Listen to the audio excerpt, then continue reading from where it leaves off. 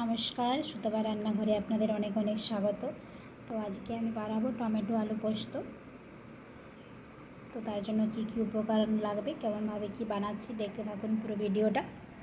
আর ভিডিওটি ভালো লাগলে অবশ্যই লাইক কমেন্ট শেয়ার করবেন। চলুন তাহলে রান্না শুরু করা যাক। টমেটো আলু পোস্ত বানানোর জন্য আমি আলুটাকে ছোট ছোট করে কেটে নিয়েছি এবং সিদ্ধ করে নিয়েছি। টমেটো নিয়েছি, কাঁচা লঙ্কা নিয়েছি, 5 ফোড়ন নিয়েছি, সেদ্ধ করে রাখা আলুর জল আর পোস্ত বাটা। তো আপনারা চাইলে শুকনো লঙ্কা ব্যবহার করতে পারেন, তো আমার মেয়ে ঝাল পছন্দ করে না, তো সেই জন্যই আমি কাঁচা লঙ্কা নিয়ে নিয়েছি। তো এই উপকরণগুলি লাগবে। আমি অল্প নুন অল্প হলুদ দিয়ে আলুটাকে সিদ্ধ করে নিয়েছিলাম। তো আপনারা হলুদ নাও ব্যবহার করতে পারেন, পোস্ততে তো সবাই হলুদ ব্যবহার করে না। চলুন কীভাবে বানাচ্ছি দেখতে থাকুন ভিডিওটা।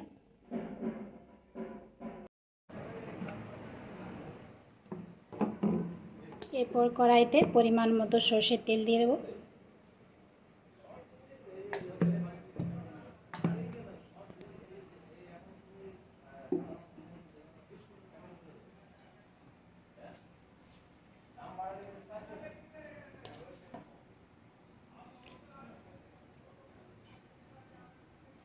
তেলটা গরম হয়ে এসছে, তো এরপর আমি 5 ফোড়নগুলো দিয়ে দিচ্ছি।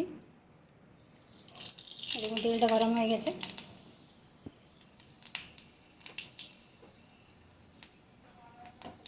টমেটোটাকে আমি ছোটো ছোটো করে কেটে নিচ্ছি, এটা দিয়ে দেবো।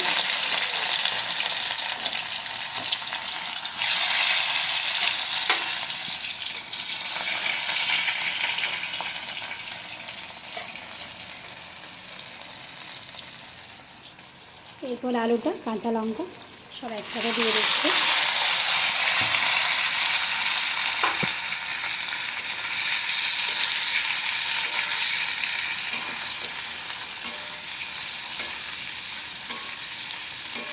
এটাকে ভালো করে ভাজবো।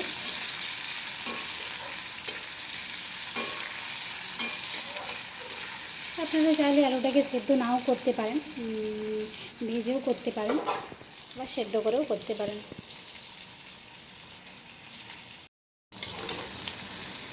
তো দেখুন আলুটা লাল লাল করে ভাজা হয়ে গেছে। তো সেদ্ধ করে রাখা আলুর জলটা এবারে মিশিয়ে দেবো।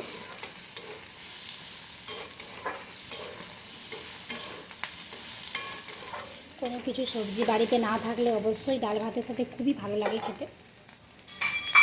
এই দেখুন জলটা মিশিয়ে দেবো।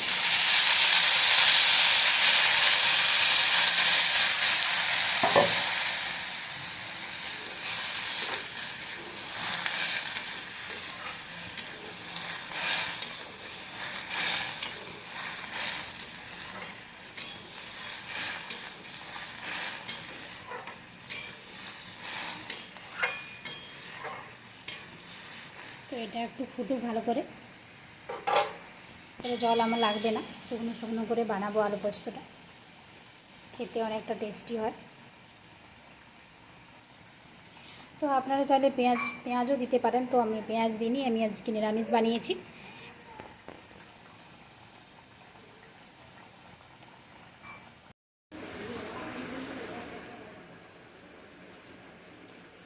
অল্প পরিমাণ লবণ দেব, লবণটা এখানে আমার কম আছে। আমি সেদ্ধ করার সময় দিয়েছিলাম, পরে আর লবণ দিইনি।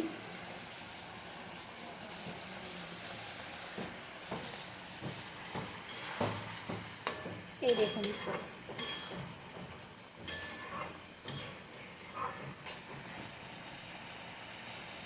ফুটছে। এরপর পোস্ত বাটাটা আমি দিয়ে দিচ্ছি।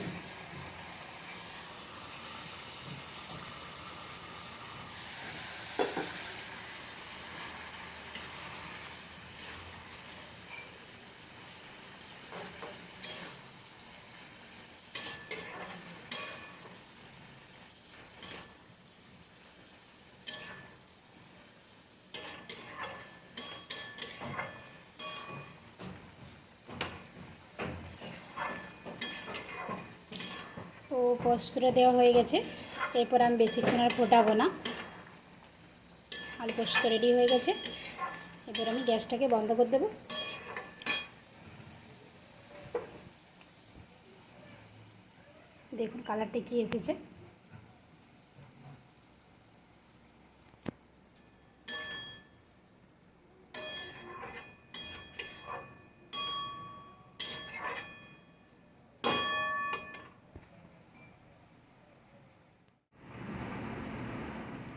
টমেটো আলু পোস্ত রেডি হয়ে গেছে দেখুন।